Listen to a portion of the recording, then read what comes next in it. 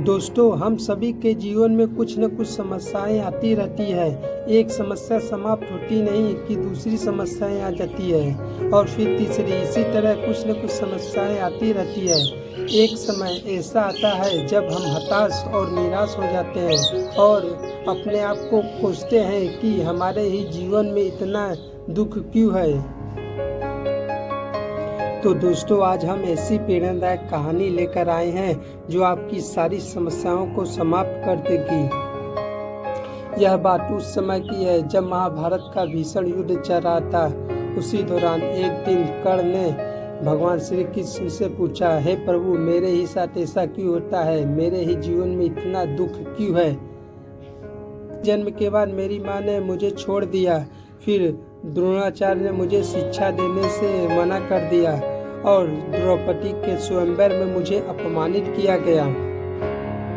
कर्ण की बातों को सुनकर श्री कृष्ण ने पहले तो मन मुस्कुराए और फिर बोले, हे सूर्यपुत्र कर्ण, इस संसार में ऐसा कोई नहीं है जिसने दुख न झेला हो। तुम मुझे ही ले लो। मेरा जन्म कारागार में हुआ। जन्म के तुरंत बाद मुझे माता पिता से अलग होना पड़ा। जन्म से पहले ही मृत्यु मेरा इंतजार कर रही थी।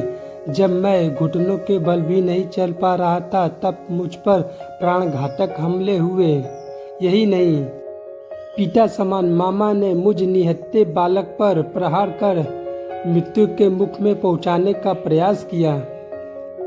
यही नहीं, जरासंध के प्रकोप के कारण मुझे अपने परिवार को समुद्र के किनारे द्वारका में बसाना पड़ा। किसी का भी जीवन चुनौतियों से रहित नहीं है। महत्व इस बात का है कि हम उन सभी समस्याओं का सामना किस प्रकार अपने ज्ञान के द्वारा करते हैं।